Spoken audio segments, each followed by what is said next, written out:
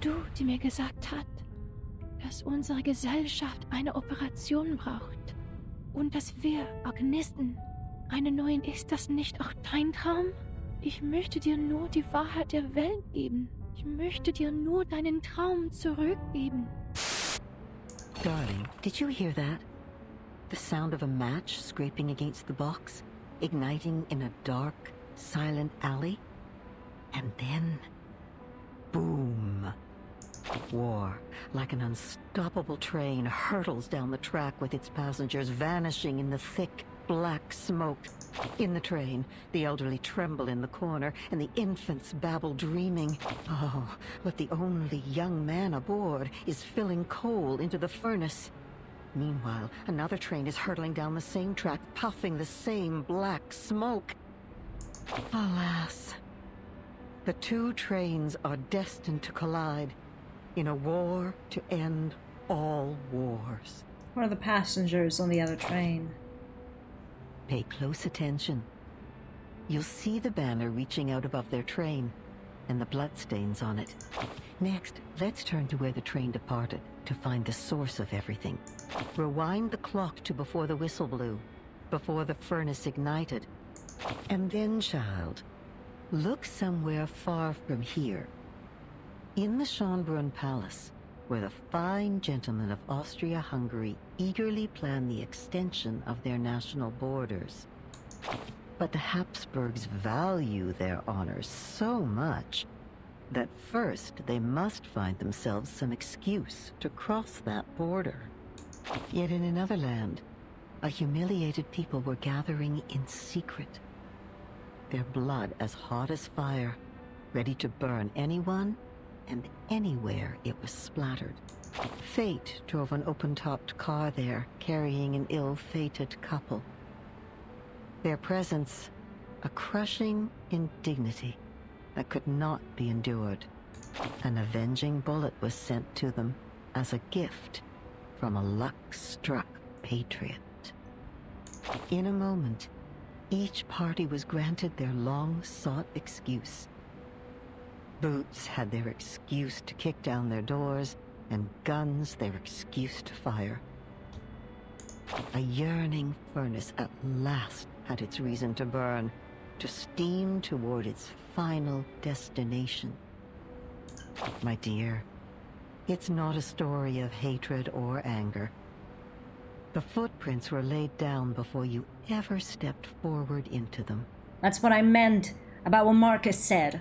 She just gave out a hint, Kakania took it, created hope from it, and expressed her feelings to Isolde, and Isolde then expressed Kakania's emotions in her own understanding to other people, which put everyone in danger, mostly though Kakania, who didn't wish any of this to happen. This is how it happens. This thing was brewing for years, and it only needed one thing to be said, one thing to happen for everyone to just blow out and attack each other.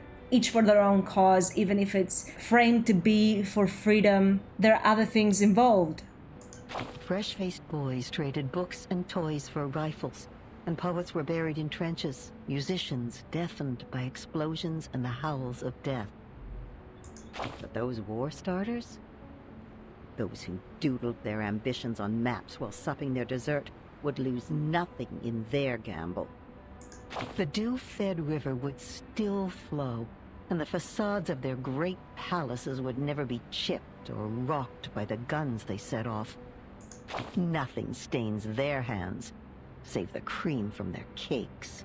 Is there nothing we can do to stop all this? Perhaps we wait. Wait for a pouring rain to douse the fires. A flood that might sweep the armies, wagered like betting chips from their maps. Then, perhaps, that car will turn and the fated dead will come back to life. But you know that will not be how the story ends.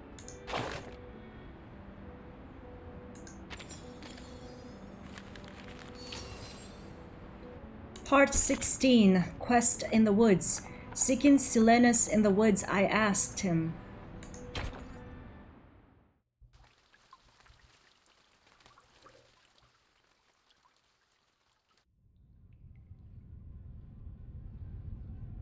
What are you talking about? The storm? The war? I don't understand. Kakania covers her head, retreating backwards. If that's true, then the world we are living in, the era, and the people, everything will be destroyed in the near future. Outside, the thick smoke of the riot rises. Far away, the windows of the cafe are shattered by debris, and people scattered in all directions. And in the distant grand halls, and in the exquisite mansions filled with roses, the waltz of the great empire continues to play. Only the chosen ones will survive the storm. What about the others? Millions out there have never even heard of the storm. Yes, only the chosen ones will survive the storm. This is a trial, Doctor. She remains smiling and calm, like an uncanny portrait of her former self. A person Kakania feels she no longer knows, or maybe never did. A trial? Then who started it? Who decided the standard? You? Or the so-called guiding one? God? Or the supreme existence? Who gave them the power to decide the fate of others? Who allows such absurdities to happen? She steps forward with each salvo in her barrage of questions, voicing the confusion burning in her mind. What is the past with the right order? If time just keeps going backwards, when and where will it stop? To a time when man did not exist? Or to a time before civilization? Then why did we write poems, pursue art, and develop civilization? Why did we try so hard to make progress? What was the point of it all? Her chest heaves like a burning furnace, rage red hot in her face. Meanwhile, the delicate figure ahead only slightly furrows its brow. I don't understand, Doctor. The cold face tilts as if taken with genuine bewilderment. Why are you so concerned about the others? Yeah, the others aren't just humans, they're also other arcanists. So how exactly are you following that ideal that she presented to you if you're not to at least protect every arcanist you possibly can? Because the arcanists that are going to survive this are probably people with money, like her, like Isolde. Everybody else on the street will be gone, so how exactly are you giving them salvation like that? Huh? Kakania suddenly feels a chill rising from her hands and feet. When we reach the new world, we can fully realize your dream. We will create a kingdom of freedom for everyone. Who's that everyone, my girl? Nobody will be there alive to see it. As for the embers of the old world, they are like a tumor that should be removed. I care about them. Tumors that should be removed? Kakania watches her bow. She remains standing on the stage. Isolde gently lifts her skirt, swaying her body as if dancing, her voice melodious as if singing. No one else hears the silent waltz she's dancing to beneath the drum set of explosions outside. Look at this painting. How chaotic it is.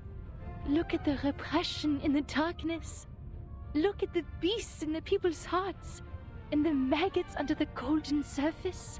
I listen to them as they listen to me. The shadowy echoes inside the skulls, the cacophonies of chaotic colors, the smudges on the canvas of rationality, and the filth in front of magnificent boulevards. They were excised, suppressed, the top paint scraped off and replaced with an empty, monotonous white. Yet, in the end, they will be released to the fullest, to everything. I don't think the therapy helped very much. She spins, performing the steps of her waltz, a skirt tracing a circle as demure as the satin shoes on her feet. As she dances, a close cacophonous roar rises from the window. Downstairs. Is that an explosion? You... The dancer before her suddenly seems more dangerous than ever, but her feet are stuck, as if coated in resin, unable to move a step. Théophile has left. He shone like a star in the end, just as he wished. But the rest of them, with their rocks and shattered windows, are still left to struggle. If only I could help them, just like how I helped Théophile.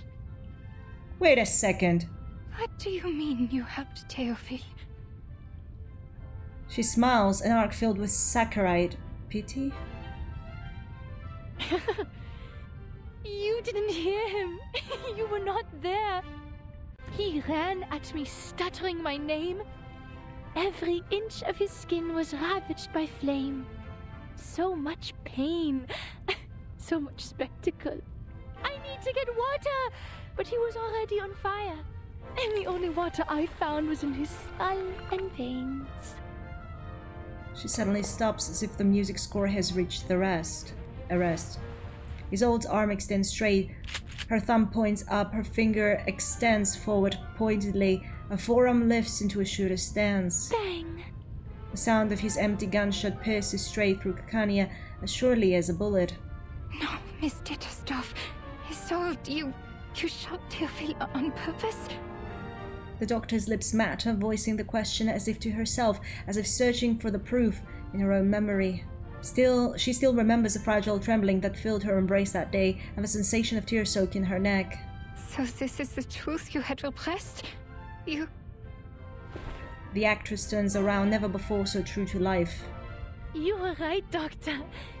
Lifting your repression is the first step to liberation. I am fully cured. Look at me. Did I do a good job? Yeah, apparently. Never mind, the therapy helped. She got over her guilt. And this was troubling her. Because before, like when guilt was there, it was tormenting for her. Now she's happy with what she did. It's okay to do what you want to do, I guess. See, though I told you, I called it, alright? Let me tell you something. I called it that it was so fucking weird that even though her brother had spoken of fire, she left the room. Like, would it make sense for a sister hearing her brother talk about setting himself aflame, go down and talk with people like nothing has happened, and then when she came back up, being shocked that he was burned alive? Like, this part didn't fit well with me from the beginning. Also, before everything happened, you saw she spoke to him about his art and that he will never be successful and blah blah blah. So I told you that the bitterness was mutual. She probably despised him because the ways of her parents had really been ingrained to her brain and thought that whatever her brother was doing was a disgrace to the family. And probably because she also mentioned the pain she went through to become who she is today, she also felt bitter because she went through all this to become this proper lady, this proper actress, opera singer, and he did all that he did and got away with it. He never had to suffer the way she did. So I'm guessing it's both. And that's why he also kind of hated her because she had become like their parents. Hated her, quote unquote, hated her. He was bitter towards her as well, I mean. But yeah, all in all, it was weird. It was weird that even though she showed this kind of side, then she was like, oh my goodness, I shot my brother. Oh, like, you've been shooting him every day if you were talking like to him like that when he was trying to be famous and he kept failing. Like, you. You know what? Unless things turn around, I'm kind of happy that I am still not an Isolde stan, because when this patch came out in the Chinese server, or when people were talking about the trailer and all, everybody was obsessed with this character. And I was curious too because her design is absolutely gorgeous, as you can see. But from the moment we started the patch, I just didn't feel that hyped for her. Like, I felt bad for her, but I didn't want to pull. Like, I was thinking, even today, opening the game, I was thinking, do I pull for Isolde or do I not? I'm still not convinced I want this character. I want Marcus more, for example. I definitely want Marcus 100%. But she didn't sit well with me for some reason. I'm so glad that that was my instinct working. But anyway, yeah, we'll keep going. Oh, and just so that you don't guys get it twisted, I do like villains or antagonists in games or morally great characters. So I'm not saying, oh, I'm not taking her because she's bad. I'm saying that this kind of character, this kind of antagonist just so happened to not be my thing. But she's a cool character nonetheless and very well written. Once again, an explosion rocks the ground from below and smoke begins to pour over the streets, rising into view. This room, so rich in history, is shaken by bursts of long-aged dust. Come with me, Doctor. I am inviting you, just like how you invited me. Let's heal the world and save it together. The actress turns and reaches out, but now there is no one before her. Only an empty door. Oh, she left. Huh? Doctor?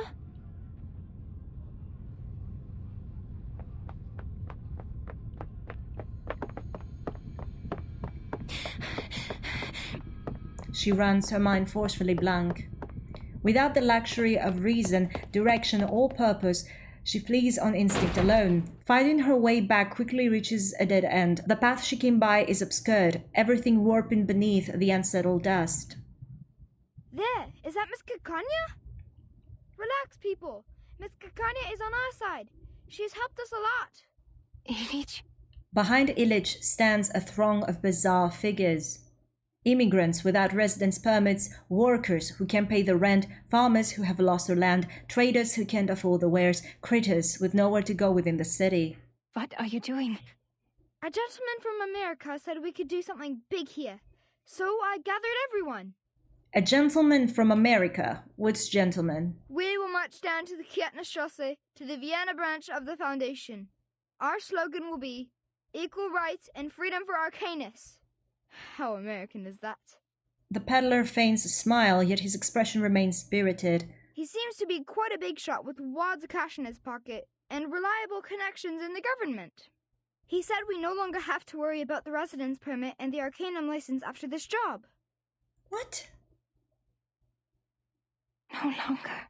Kakania chews on the words absent-mindedly, but the hopeful figure immersed does not seem to notice. Aren't you coming with us, miss? This kind of activity is your favorite, isn't it? No, kid, you got it all wrong. Hey, where are you going? Right. Where are you headed? Dr. Kakania, isn't this exactly what you've always been so passionate about? Doctor, isn't this exactly what you've espoused, just put in practice? Out of nowhere, she recalls the words of that poem. Seeking Silenus in the woods, I asked him. A sharp question shoots up out of her skull. Kakania, you should be tried and punished. Why?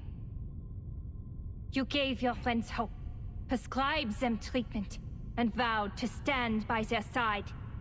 But now you're silent and turning away. This is a betrayal. You betrayed your patient. You ran away from your kind.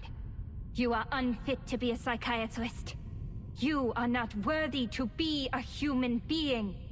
What am I supposed to do then? My patient, I never figured out her true thoughts and feelings. And my fellow kinfolk, they were innocent and unaware of the manipulations of the influential. Even I was in confusion. How could I tell them the truth that I didn't know? How am I supposed to face the overwhelming madness and destruction on my own? So you're just someone who happens to stumble upon the truth? A bystander who happens to be watching from the shore? This is why you are a disgrace. It's a sin to just stand by and watch. It's a sin to promise salvation, but fail to bring them ashore. It's an even greater sin to ignore this tragedy and turn away. Yes, I admit, I'm a hypocrite. I used to be so eager to help my friends, but when they really needed me, I turned my back on them. I told her to release her repressions, but when she actually did, I couldn't face the destructive consequences. I propagated my dream with great enthusiasm, hoping all my kids could live in a free world. But if it's realized in this way, it's the worst nightmare imaginable for everyone. Perhaps you should have stated that violence is not the solution or capable of leading them to the freedom they seek. Now, as for Isolde, I believe she should have analyzed her a bit more before telling her to release her repressions, or specify what I said when this part of the story came, that there are healthy ways to unleash the repression and this is not healthy. She should have stated the options of healthy releases she had instead of just leaving it open. I said I would start the secession of the Arcanists, but what is the essence of this movement? A rebirth? Or a complete betrayal? I'm just like my father, mother, and brother. who tried to shed the label of arcanist selling small wares as soon as they climbed up the social ladder. I'm lost. So please, tell me, what should I do? The reply is a cold laugh. You already know, don't you? Wer wird im Regen verschwinden? Excuse me? You want her to let them die in the rain? Wem wird das ewige Glück gewährt? Die Gnade von oben. Und diese Leere. Das Aufhören der Existenz. My eyes! In a daze, she stands in the middle of the ring road, letting the chaos pass by around her. A stone debris from another explosion flies towards her, but her stance remains unchanged, as if oblivious to or welcoming of it. Kakania! Oh! The stone suddenly changes its trajectory. Her body is pulled away, the figure shaking her in is a familiar face. You are fine. Thank goodness. I've been trying so hard to find you. I have something important to tell you. The young assistant clutches the doctor's sleeve tightly. A catastrophe is about to sweep across the globe, but there are still things we can do. If it goes smoothly, perhaps we can save plenty of lives.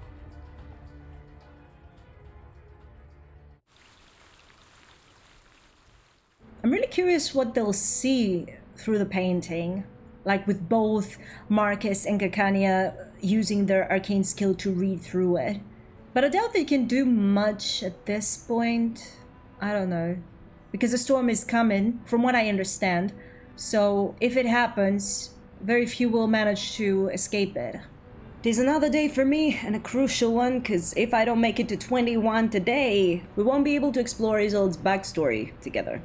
But, well, I'll do my best, and whatever happens, happens. Part 17. And now the most anticipated performance.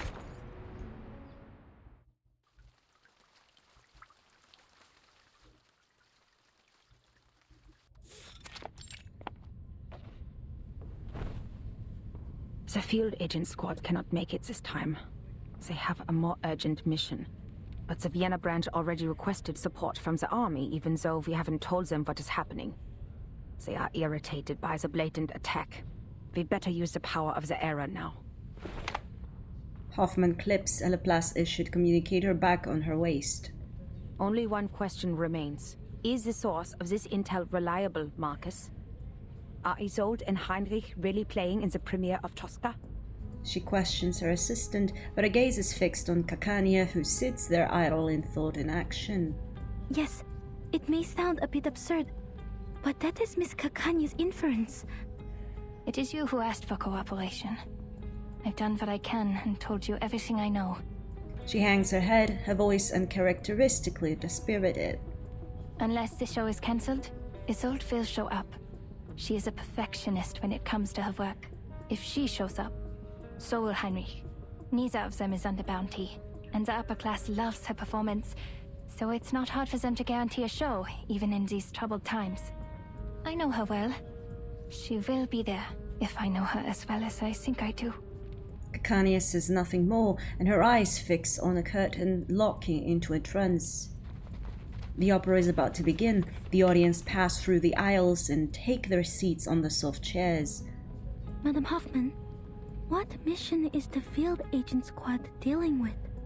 Marcus speaks up, trying in the manner of her books and conversation to ease the momentary awkwardness. Assassinations. There has been an outbreak in the Empire over the past 3 days. They are sent to guard the important people. We're out of manpower right now, so don't expect any backup. But don't worry. We don't need to capture or defeat the menace, just focus on the original ritual. Put your own safety first. Understand, Marcus?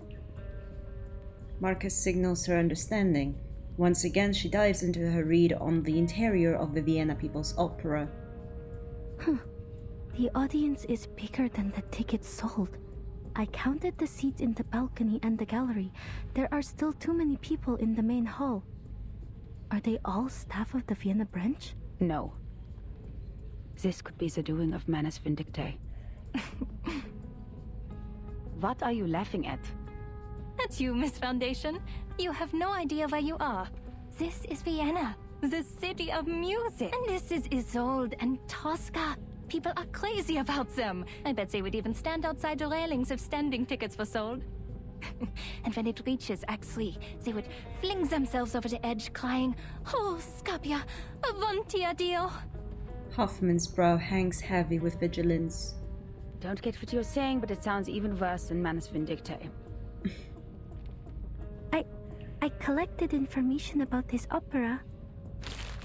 Marcus hands off another stack of material to her mentor. Rome, 1800s. Painter Mario Cavaradossi and singer Tosca are two lovers. Cavaradossi has been arrested for helping the fugitive Cesare Angelotti, former consul to the Roman Republic.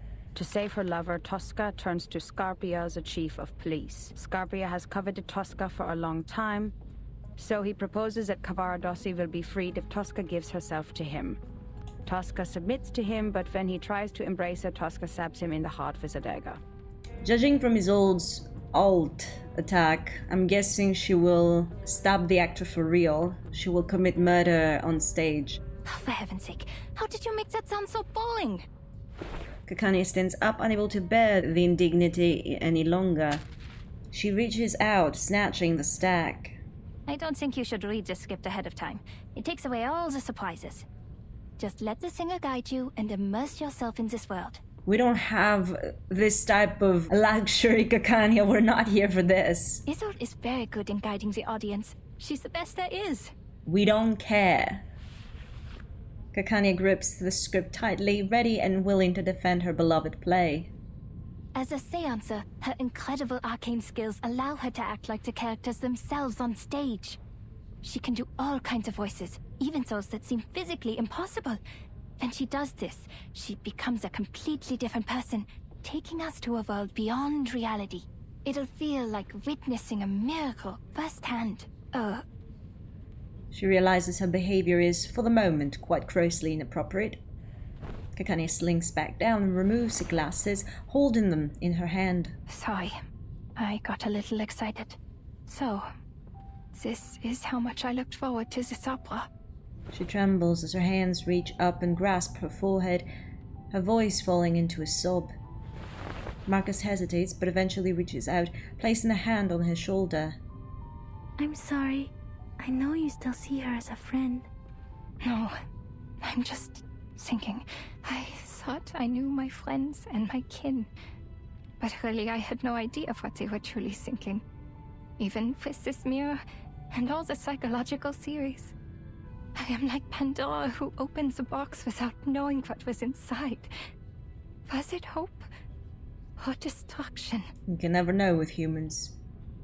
That sounds dark. But I also think perhaps we can never truly understand one another. But things won't get any better if I give up because of it. Exactly.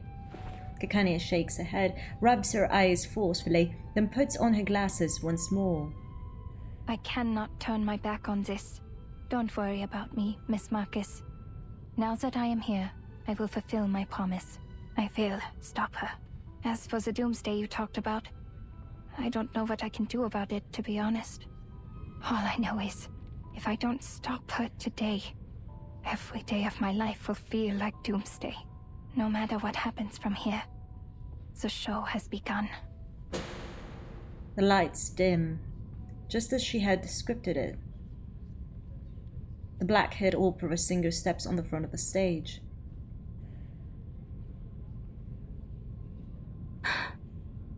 Please, enjoy. Even if the world ends tomorrow, we still have a show to enjoy. I low-key expected a cutscene there. Alright, the building up tension, part 18. Only applause. Applaud, applaud, applaud.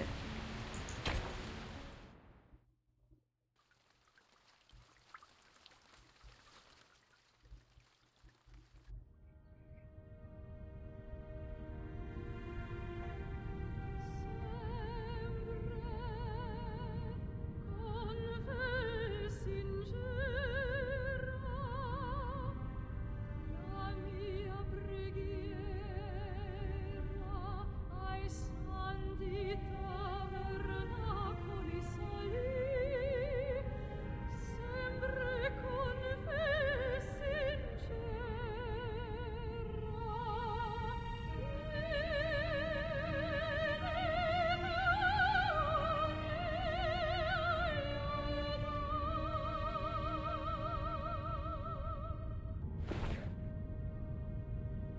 going smoothly.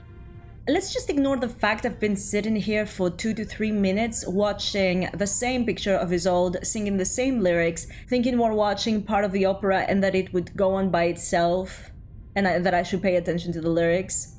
Yeah, after around 2 minutes I realized that perhaps I should click something for it to move on, and poof comes the dialogue.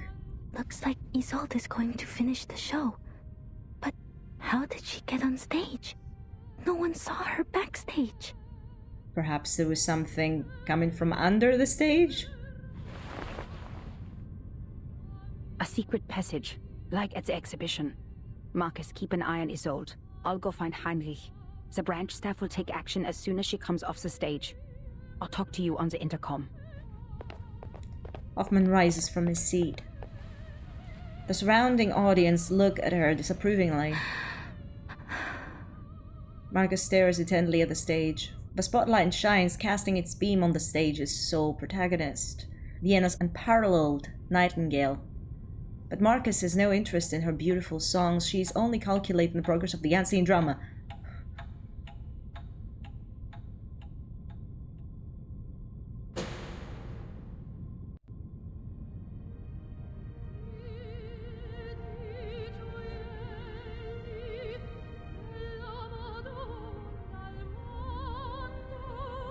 This is the second act. Scarpia, the chief of police, will propose a bargain. It's symbolic. It is only when the murder time comes when she will actually stop the show. Or will kill in real life, and that will stop the show. Tosca will pretend to submit and request safe conduct for her and Cavaradossi when Scarpia signs the paper. Her focused state narrows her vision. Marcus can even feel the slight tremble of the star's hair as she sings. Tosca bows before the statue, ruin her revenge. La più breve. Civitavecchia? A small piece of paper is retracted from Tosca's fingertips. Almost there. Almost there. Tosca lifts the red silk from the table. She picks up the dagger, plunging into the heart of a police chief. Facing the man lying in a pool of blood, she laughs aloud and manically. Questo è il bacio di Tosca! Wait, something's wrong. The man lying on the ground. That's Mr. Carl from the branch? Is he really bleeding? Marcus shoots up from the gallery. The information her reading reveals causes the telescope to slip from her hands. What? Are you sure? Definitely, Miss Kakania. He is not acting. That's real blood coming out of Mr. Carl's body. The assassination in the story has become reality. Why is the show still on? See, I told you so. Why isn't the audience reacting? What about the branch staff? The other didn't realize what happened. They think that's all part of a show. Or everybody in there is revolutionists. The people who were causing the commotion outside, and they wanted that. Madam Hoffman, can you hear me? Her cries go unheard. The audience remains attentive and silent. There is no sound from the communicator. What is going on? Kakania rushes down from her seat. She runs through the audience, whose expressions remain unchanged, with heads locked straight to the front of the stage. It really is Mr. Carl. The pool of blood beneath Carl slowly spreads, steaming in the cool air. Why is no one... Are you all mad? A man has been killed, don't you see? Stop the show! The audience sits calmly and unfazed. The music continues. On the stage, Isolde playing Tosca turns around, revealing a pleased expression. Cavaradossi, have you escaped from jail? What? My poor lover. You were put into jail only because you were too kind-hearted. I've been trying to clear your name. Scarpia proposed an unfair deal. He wanted me as his mistress. But now he's dead, at last. The whole of Rome was overshadowed by his power. What are you talking about, Isolde? That's not what the story is like.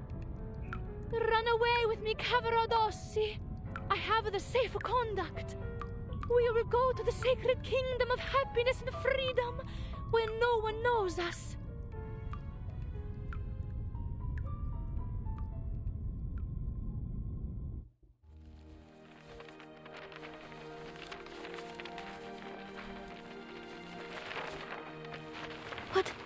What are these? Oscar Pochurak poisoned to death.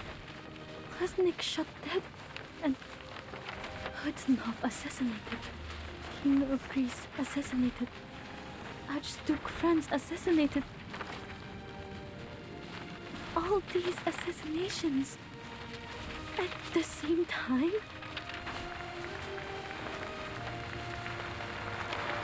Applause comes from the main hall, from the balconies, from beneath the dome, from beyond the unreachable sky, all converge into a unstoppable frenzy of sound. It rings through the hall like a torrential downpour. Marcus, perfect plan. I have a code red. Evacuate immediately.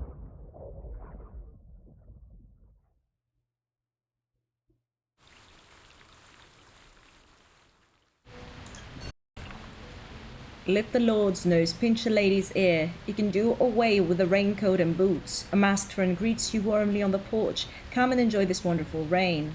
Allow me to decline.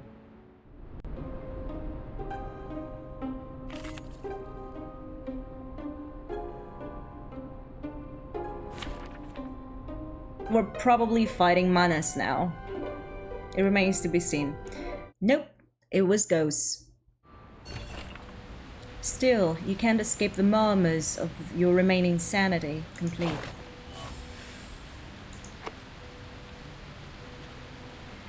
O Venus most divine, Venus, Venus, when your golden blood cascades upon us, passing through the shimmering azure, over ankles and veins, and supple thighs so pure, a hammer falls at the temple's core. You forget, touching night with your footstep once more. O Venus, have you already left me? O Venus, could you be no more? Applaud, applaud, applaud, and cheer, fulfill that raucous roar. Dances not unpaced in the coffin's stiff embrace, for you, majestic and sublime, do offer meager praise. I follow you, Venus, follow your fingertips in a haze, stepping onto the path back to better sweet days. Okay, part 19, the clashing tides. When all tides converge.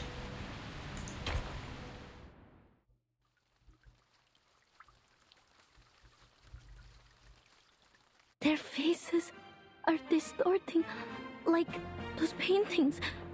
It's all an illusion, probably. Is this also some kind of mass hysteria, or... The opera house is bizarrely noisy, and the people within are restless. Anyone seen my glasses? Could you pass them to me? Oh, they've grown on my eyes. Don't mind me. Ew, what? The cheering crowd stands on the chairs, clapping uncontrollably, shouting with maddened fervor. Questo è il Baccio de Tosca! Come, friends, Keith and Keen, take your daggers and get up there! We will all kill our own Scarpia! Those so-called upper-class people don't deserve the best seats! Visitate! Visitemore! Okay. More and more people leave their seats, some shouting as they step up and over to lean over railings and into the aisles. The music still plays, and the curtain has yet to fall. I can almost feel the blood splashing on my face. There's no doubt this is art. The way in which reality replaces fantasy. I've never seen a show like this before. The voice actors went crazy on this one. Zilla, what happened? Have you got blood on your faces too? Is this part of the show or Wow. The crowd blends like a thick oil paint, surging and washing over every corner of the opera house. Oh, okay. I thought they were all fake and that perhaps Isolde was doing this. But apparently everybody who was in there simply became entranced with everything, and they've gone mad in a way but more like being on drugs, I guess. Because this dude seems to think this is fake. The previous people got me thinking they just got crazy and they're ready to go reenact everything they saw outside, okay? But this last person seemed confused as to which parts are true and which aren't. They're killing each other in a frenzy. Oh. Is no one noticing this? Yeah, they've all been affected by the show. They've gone mad. Madam Hoffman, I have an emergency here. Marcus stumbles, knocked over by the frenzied crowd, and the connection to her communicator is lost. No, I can't hear anything. The crowd won't let me leave. I need to make way myself. Use your powers.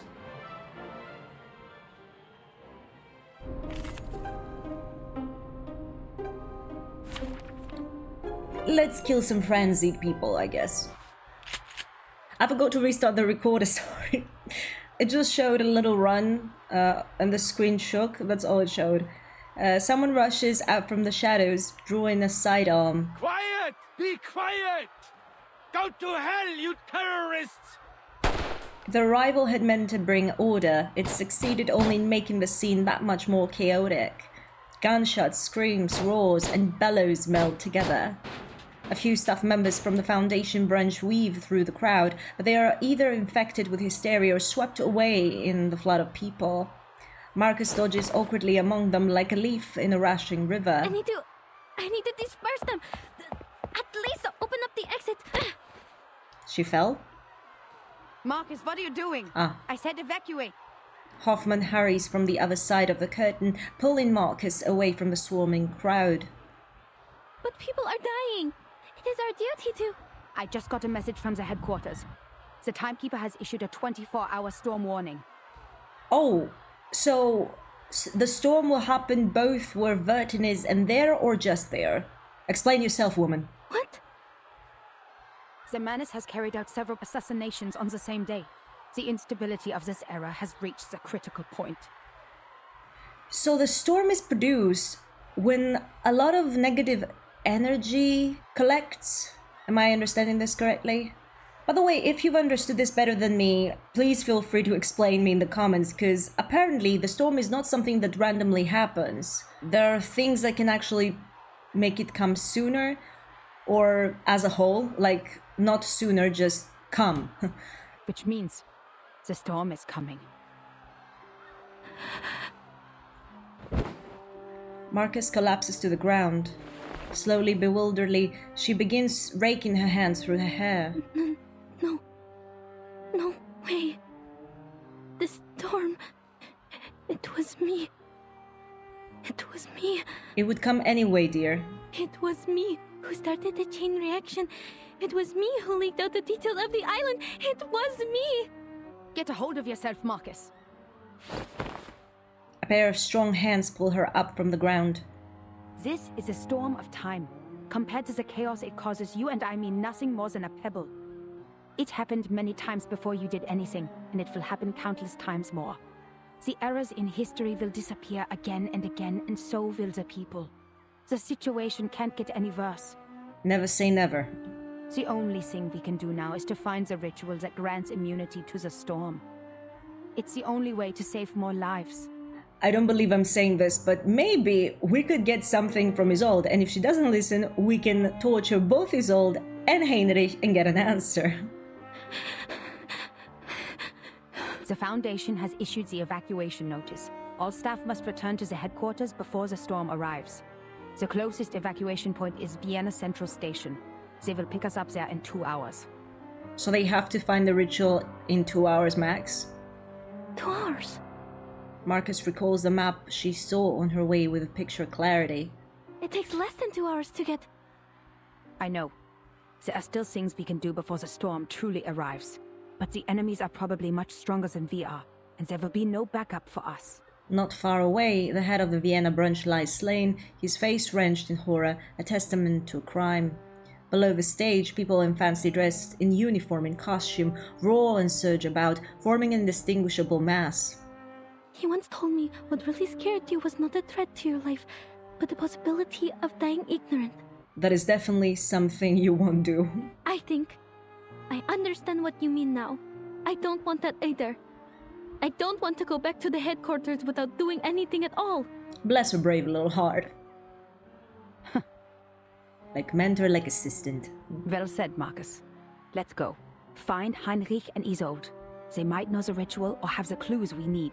If I say don't, they're probably lying, so start slapping them until they give us the ritual. We can still catch the last train if everything goes smoothly.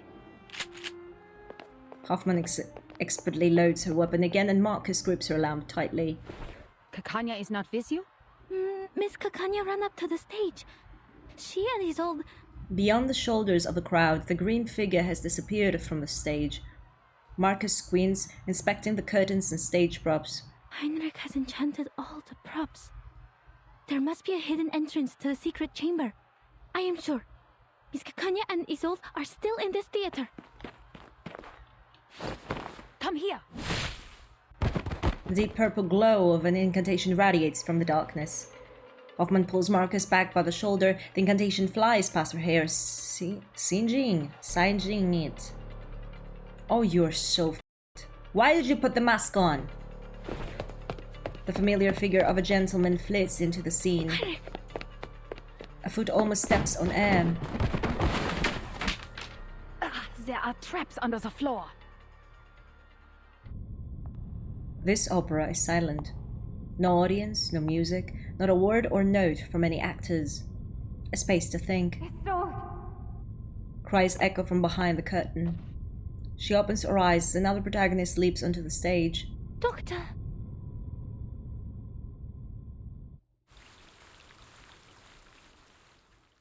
They're going crazy with cliffhangers in this patch. Part 20, War and Peace. For whom does the bell toll?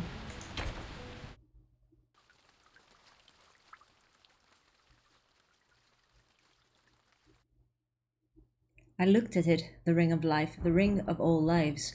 Your hands form the ring, and the judgment is pronounced. On the doomsday at the dusk, when history fades away, all world, its head bites its feet, its knees touch its nose.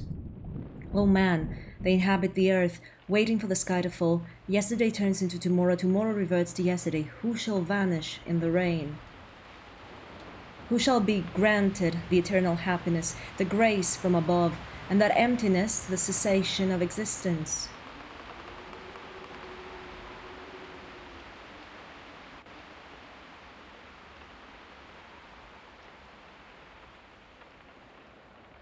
What is it that you want, Isolde?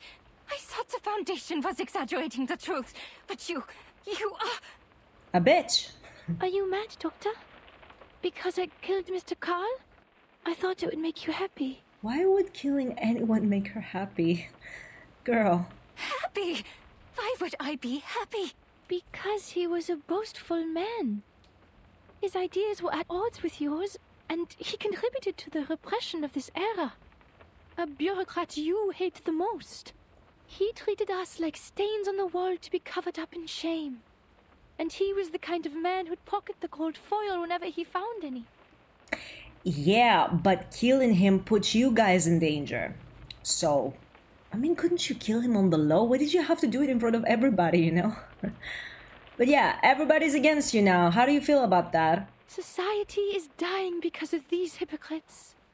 Don't you think we should have the surgery and remove them? Yeah, but in other ways. Her words, mad as they are, manage to convey a warm sincerity. I didn't know you would interpret my words this way. I deeply regret ever telling you that. What? Why? Why are you being so cruel to me? Honey, you're a murderer! It was you who said that everyone was sick and dying, even though they pretended to be fine. Yet the source of the sickness lay not in ourselves, but in the twisted era we lived in. A radical surgery is the only way to remove this ugly tumor. This is why we don't speak with metaphors to people who obviously are this artistic. Because let me tell you, beautiful words, just like every other art form in the world, can be interpreted in many ways. And this is the result. And it was also you who told me to stop repressing and to embrace my desires. We should restore the world to what it was like. A kingdom of freedom where everyone will be happy. Yeah, that's on her indeed. She should first know what are your desires before saying stop repressing them. Are these not your words? Or have I misunderstood them? You misunderstood. Why won't you look at me? Have I made such a big mistake that you don't want to see me again? No. Please, answer me. I'm begging you. You are my only friend and the one I cherish most in the whole world. Doctor, what on earth have I done wrong? Why won't you forgive me? I don't think she was taught that murder is a bad thing at a young age. Perhaps this is also a reason. Who knows? Kakania's stone-like visage does not crack. Isolde chokes dramatically. Is it because I'm too stupid to understand your words? Yes. Or because I'm also sick with the incurable tumor? No, I'm pretty sure you're just too naive for your own good. If that's the case, please help me.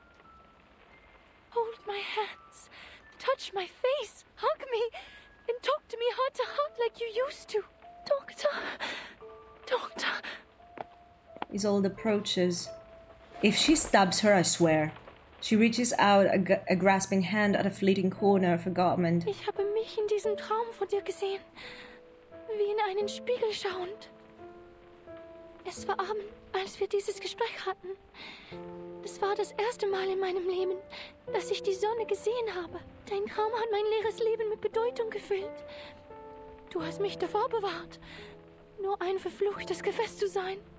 Das war ein wunderschöner Traum, so schön, dass ich vergessen habe, wie hässlich ich bin, während ich ihn betrachtete. So you do realize that what you're doing is not a good thing. It's just that because of her words, she was able to somehow excuse her actions, I'm guessing. Like if there's a cause, such a noble cause, I guess, doing something this ugly, this bad isn't as bad. That's probably what she understood. Because with these words, she shows me that she actually understands that murder is a bad thing. And the only reason she didn't see it as a bad thing earlier was because Kakania's words made her think that it was excusable so long as it is for quote-unquote noble purpose. Ich versuche nur, einen Traum zu verwirklichen. Ist das falsch von mir?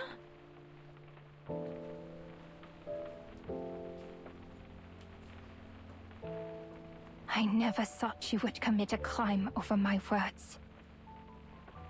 Crime? You mean what I'm doing right now? You don't like it? She steps forward anxiously, fearing she might miss something. The Foundation knows all the truths. Yet they won't tell us anything. That's why we have to release everything they repress. The news, the hysteria, the riots, the chaos. That's what Manus Vindicte told me. Why would you trust a stranger and misinterpret your friend's words based on a stranger's words? She hasn't opened to anyone, but I guess, no, you know what? Never mind, because she was this open with that other doctor as well, because he said he could cure her. So I guess she believes anyone who comes in promising to help her, I guess. Is this not like your dream? Did I misunderstand? What? What in the world did they tell you? They told me the method of salvation, Doctor. They gave me the opportunity to save your loved ones, the world, and your dream.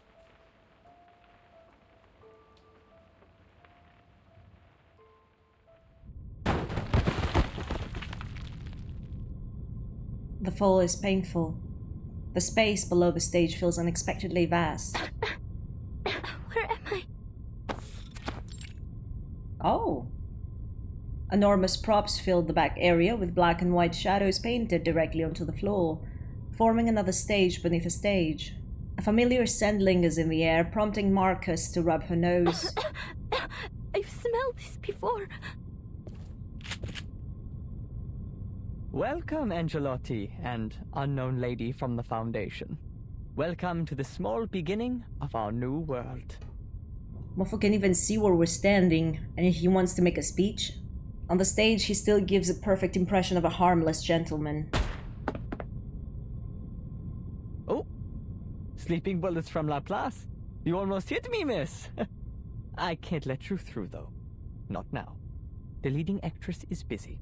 Heinrich complains, hopping to the side and out of the bullet's path. The curtain has been raised, ladies, and the show is about to begin. Why not open your hearts before the lights come on? Let's sit down and have a civilized conversation. Hoffman is so me. I don't want to hear your bullshit. Bang, bang, bang, die, mofo. This next bullet fires true, but the air is so clouded with dust that the target had already moved before it struck. There is no need to negotiate with a terrorist. You will have a chance to talk to our specialist after I take you to the headquarters. You know what? If she ever comes as a playable character, I might pull for her. She's funny. Without wanting to. A terrorist? You wound me. Is it because I wear the mask of menace? Because I revealed the truth you've been hiding? Or because we accelerated the storm and made this era end earlier than expected? So it does accelerate things, not simply provoke it. It makes it come sooner. Okay, my question has been answered. A glow of arcane skill breaks through in response to his query. Marcus raises her hand, the lamp dispelling some of the darkness. Let me help you, Madam Hoffman. My Angelotti! Why are you standing with the enemy? You're supposed to be one of us. Angelotti? Is that me? I am your salvation from the real terrorists of the world. Salvation? This familiar term catches his burning in them. This ordinary word has become most irritating. The speech given from the cover of the props continues. Angelotti with a full case of books. Tell me, of all the books you have read and all the documents you have worked with, did any of them mention the catastrophe that suddenly broke out in the summer of 1914? The scourge of the 20th century? The real history?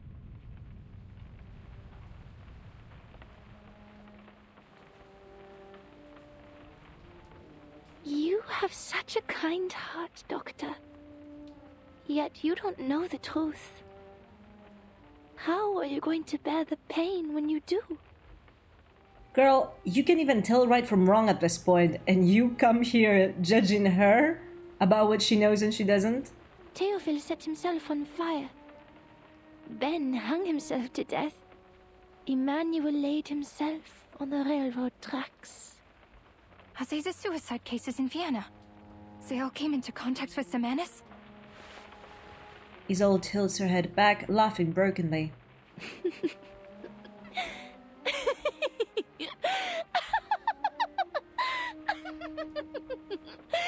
I can see them. I can hear them. The ghosts of future history haunting the city from above. Heads full of holes. Heads covered in shrapnel. Empty stomachs. Even the ghosts of little children. I can see them all. Cities bombed to the ground. And trains full of people headed straight for death. It is coming. It is coming. By then, the guts hanging from trees will be more vibrant than spring flowers. There will be bullets, helmets, scars. Wir haben keine Zukunft, Doktor.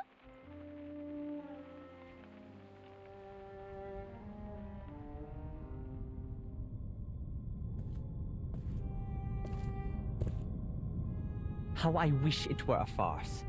A farce that claimed the lives of more than 10 million people. A farce that dozens of leaders decided to take part in. Ben, a dear friend of mine. He played the best Fantasia in A minor ever, but came back from the battlefield missing an arm and a leg. He remembers that day when the generous Mr. Forget-Me-Not stepped across the deck, his question stifled by a stack of thick letters. What? And Emmanuel. His hands were born to write poetry. But he was sent to the front and dug trenches until he died of disease. When did Emmanuel stop painting? He could not even recall his old friend's handwriting. It was blurry now. Only his anger remains vivid. Our hands are meant to hold paintbrushes, play pianos, and write stories. But they end up in gunfire because you narrow-minded hypocrites keep inciting them to violence. Question, who is Emmanuel? I'm trying to remember, but I can't think of any character named Emmanuel. Have we met this person, or...?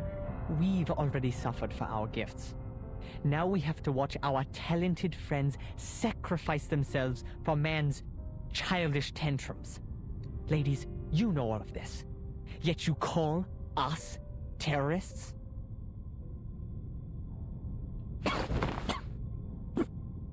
Having been quiet for a worrying amount of time, Hoffman coughs up a mouthful of blood, dragging attention back to her. Hoffman clutches her chest, falling just short of collapsing on her to her knees. No! When did she get hurt?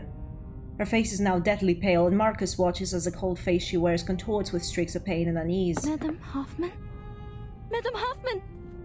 Heinrich continues to speak entirely unconcerned. He points at Hoffman. The real terrorists are you, humans. Sie haben diesen Krieg begonnen.